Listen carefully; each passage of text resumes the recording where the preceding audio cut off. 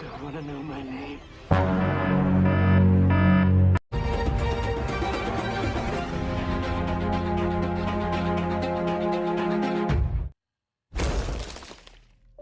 Scene diawali dengan teror di komplek perumahan kampus saat malam Halloween. Melihat mobil yang mirip dengan pickup pacar temannya, Billy langsung mendatangi Dewi untuk berbicara. Namun Dewi yang merasa pacarnya dituduh jelas membela Sam. Meskipun Sam sering KDRT, tapi rasanya nggak mungkin melakukan telol. Mendengar Sam yang toksik, Billy langsung mendesak Dewi untuk putusin Sam. Begitupun dengan teman lainnya juga mengajak Dewi untuk melupakan Sam dan lebih baik pergi party malam ini. Dirasa ucapan mereka ada benarnya, Dewi langsung putusin Sam lewat WA.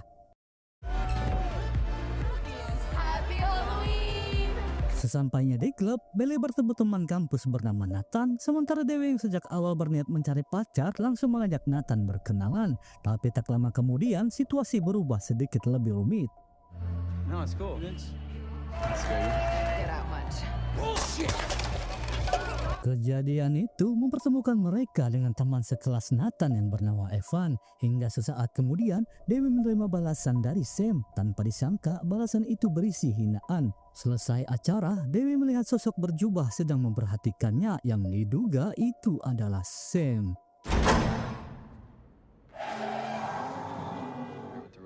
Tiba-tiba, sosok tadi menghilang seolah lenyap begitu saja. Tak mau membahas tentang apa yang baru dilihatnya, Dewi mengajak Nathan bercekir di pasar malam. Tapi karena dirasa terlalu membosankan, akhirnya Evan mengajak mereka ke rumah hantu.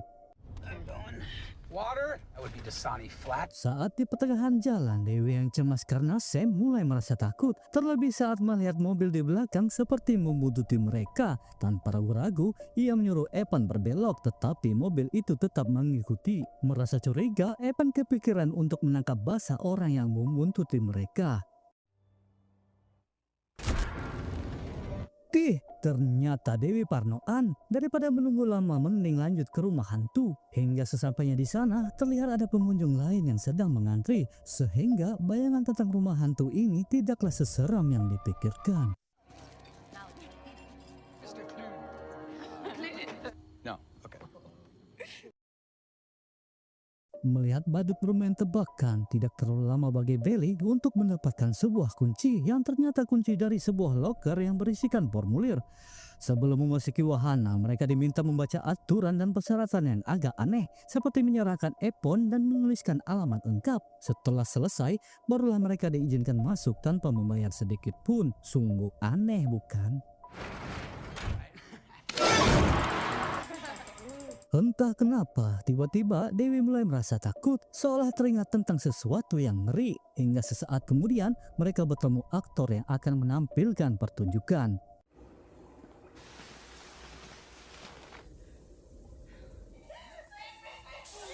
Meskipun terlihat nyata, namun mereka menganggap aksi tadi hanyalah trik pertunjukan. Lantas mereka pun kembali berceker dan kali ini terdapat dua pilihan jalan masuk. Dewi yang memilih jalan tidak aman harus melewati lorong yang dipenuhi sarang laba-laba. Dengan bersusah payah, akhirnya mereka menemukan 3 peti matoy dengan teka-teki yang cukup rumit.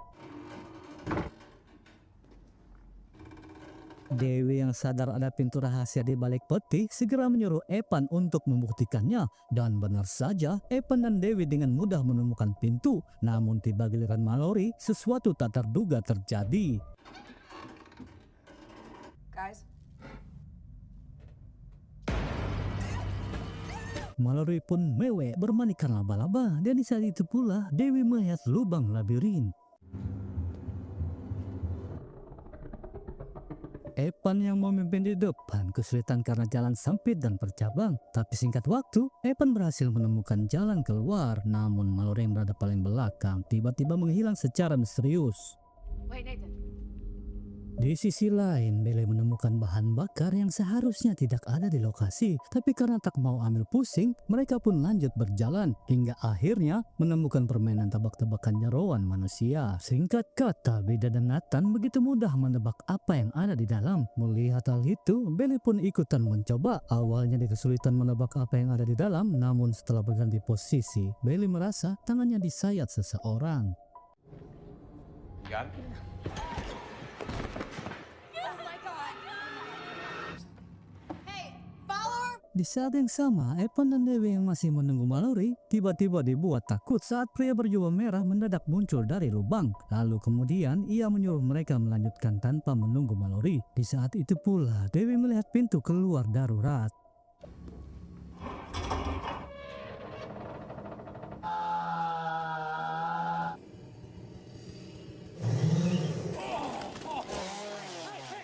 Singkat cerita, mereka kembali berkumpul di satu ruangan yang sama dan terkunci hingga tak lama kemudian ditampilkanlah sebuah pertunjukan yang persis seperti sebelumnya, tetapi aktor kali ini sahabat mereka sendiri.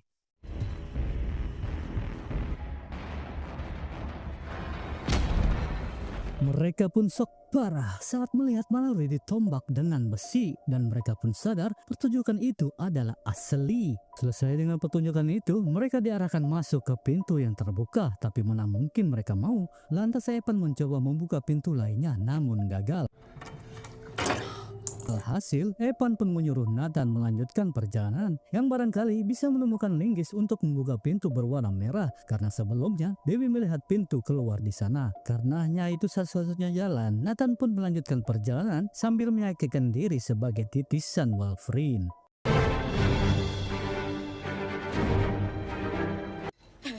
Mereka yang menunggu terus berusaha mencari sesuatu. Lalu tiba-tiba Evan memanggil bidan untuk mengambil besi bekas menusuk Mallory.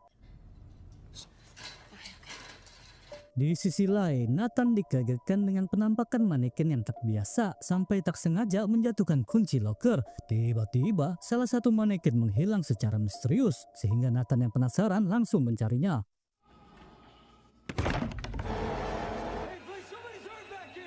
Saying you need help? Mendengar Nathan yang minta tolong, aktor itu pun kembali menemuinya dan Nathan segera memberitahukan tentang temannya yang terluka. Let me get something.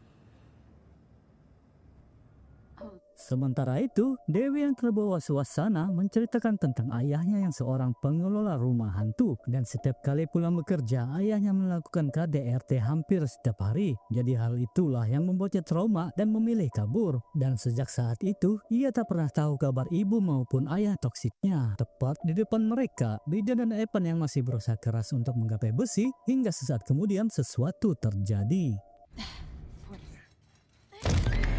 Di saat yang sama, Nathan kembali bersama pria bertopeng. Dari sini terlihat, dia peduli dengan kondisi Bailey yang terluka dan segera membukakan pintu merah yang dikunci. Seketika itu juga, mereka bergegas mencari pintu darurat, tetapi pada kenyataannya, pintu itu hanyalah aksesoris dinding. Sontak mereka langsung emosi dan mengancam orang itu agar memberitahukan jalan keluar. Lantas orang itu pun memberitahukan jalan satu-satunya, yaitu harus kembali ke lubang labirin secara bergantian. Karena jika masuk secara bersamaan, akan memicu jebakan rahasia. Dan soal pertunjukan tadi, orang itu mengaku hanyalah trik belaka dan Mallory sebenarnya baik-baik saja. Dan saat ini, Mallory sedang menunggu mereka di luar gedung. Walaupun tak manuk akal, tapi mereka berusaha untuk percaya. Setelah mendengar penjelasan itu, Evan pun menawari diri untuk menjadi yang pertama, sedangkan Dewi meminta kunci pada pria bertopeng untuk berjaga-jaga.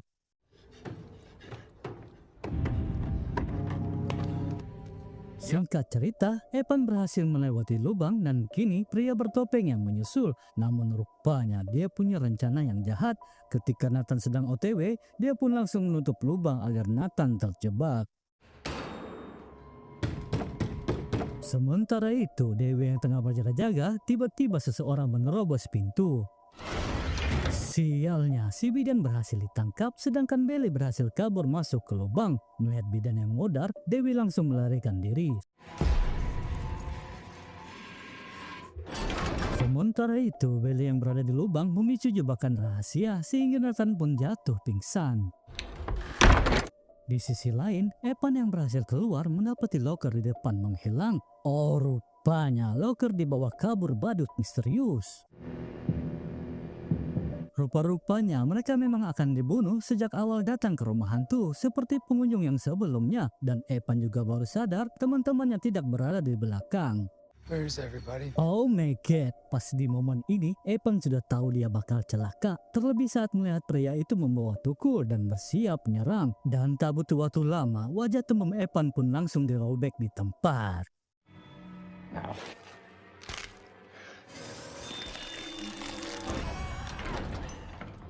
Di sisi lain, Dewi yang gagal memblokir pintu sehingga dengan mudah pria jahat masuk ke ruangannya. Sontak Dewi pun panik dan mengira pria itu adalah Sam, tapi ternyata dugaannya melenceng jauh. Whoa, too late, Sam. Oh, malang sekali Sam menjadi korban fitnah sejak di awal film. Yang melakukan teror sebenarnya pengikut badut dan Dewi memang ditargetkan untuk diambil kulit wajahnya. Di saat Dewi akan dikuliti, tiba-tiba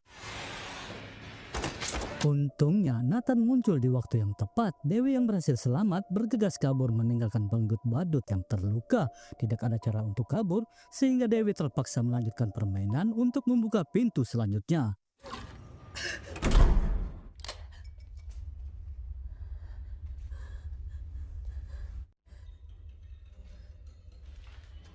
Oh my god, ruangan ini dipenuhi benda-benda tajam. Jika salah dalam langkah, maka malamnya langsung tahlilan. Hingga sesaat kemudian, Dewi melihat siluet manusia di pojokan.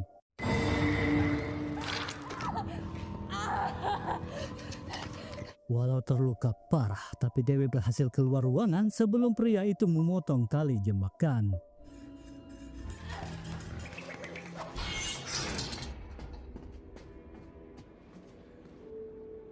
Di sisi lain, Nathan yang berada di ruang operasional menemukan ruangan tempat HP disembunyikan. Tak lama kemudian, seseorang menuju ke ruangan tersebut. Maka dengan cepat, Nathan mengambil HP dan langsung bersembunyi.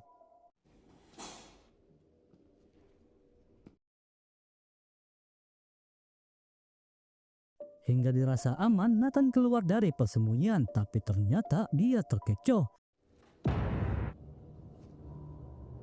Diam-diam Nathan langsung Sherlock dan diterima oleh Sam. Beruntungnya lagi, Nathan berhasil adu mekanik dan bergegas keluar dari gedung tersebut.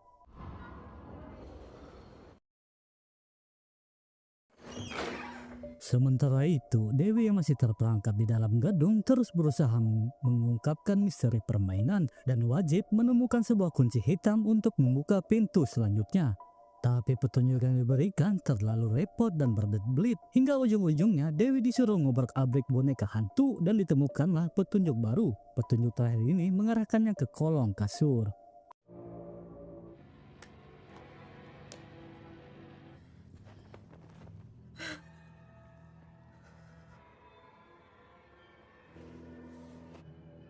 Oh, rupanya ada musik box di bawah kasur dan tersimpan sebuah kunci hitam. Hingga sesaat kemudian seseorang mendobrak pintu.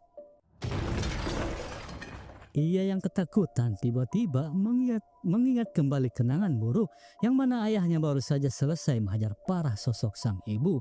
Akan tetapi kali ini dia berusaha melawan trauma masa kecilnya. Sontak si iblis beringis kesakitan dan kesempatan itu digunakan untuk membuka pintu. Tapi tiba-tiba ternyata ruangan itu disetting agar semua pemain tak mungkin bisa selamat. Untungnya tembakan tadi tak mengenai tetong kiri dan belum sempat bernapas. Si iblis yang marah kembali mencekik Dewi dengan brutal. Tapi rupanya Dewi menunggu shotgun yang diatur timer otomatis.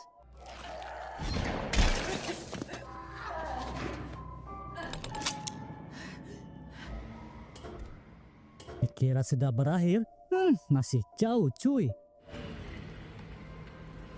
Di sisi lain, badut misterius menghancurkan kendaraan supaya calon korbannya tak bisa kemana-mana. Dan dia juga melepaskan sosok mengerikan untuk dikerahkan mencari Dewi.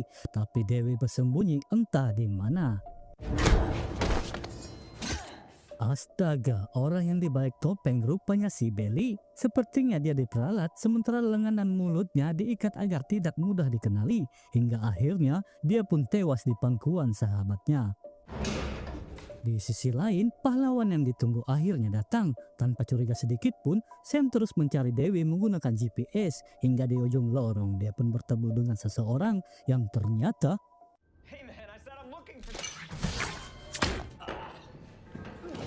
konyol, datang cuma menyetor nyawa. Sementara itu, Dewi yang terpojok di ruangan tiba-tiba didatangin Chainsaw Man. Tapi di saat yang sama, Nathan datang menolong.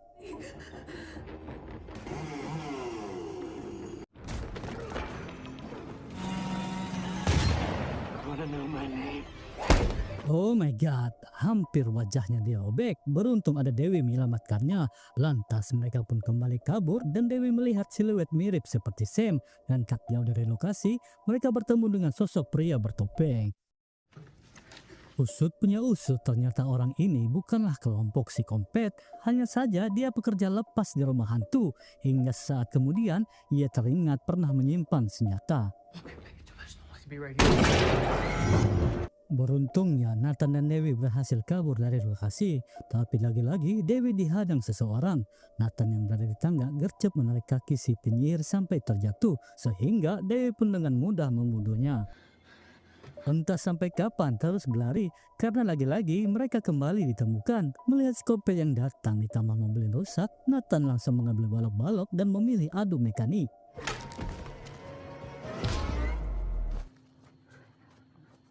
Sementara di sisi lain, badut misterius sengaja membakar habis rumah hantu guna menutupi jejak. Singkat cerita, Nathan yang terluka berhasil mencapai jalan utama. Beruntungnya lagi menemukan mobil Sam yang terparkir.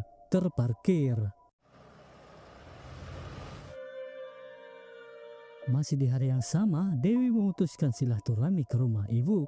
Semenjak kepergiannya, terlihat tidak ada yang merubah, dan alhamdulillahnya ternyata ibu masih hidup.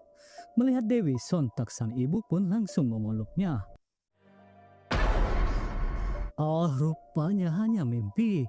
Ketika perawat bertanya alamat rumahnya, sontak Dewi pun teringat dengan formulir saat memasuki rumah hantu. Sesuai dugaan, badut misterius itu menggunakan formulir yang berisikan alamat untuk mencari Dewi. Tapi apes saat memasuki rumah, ternyata Dewi sudah mempersiapkan jebakan tikus.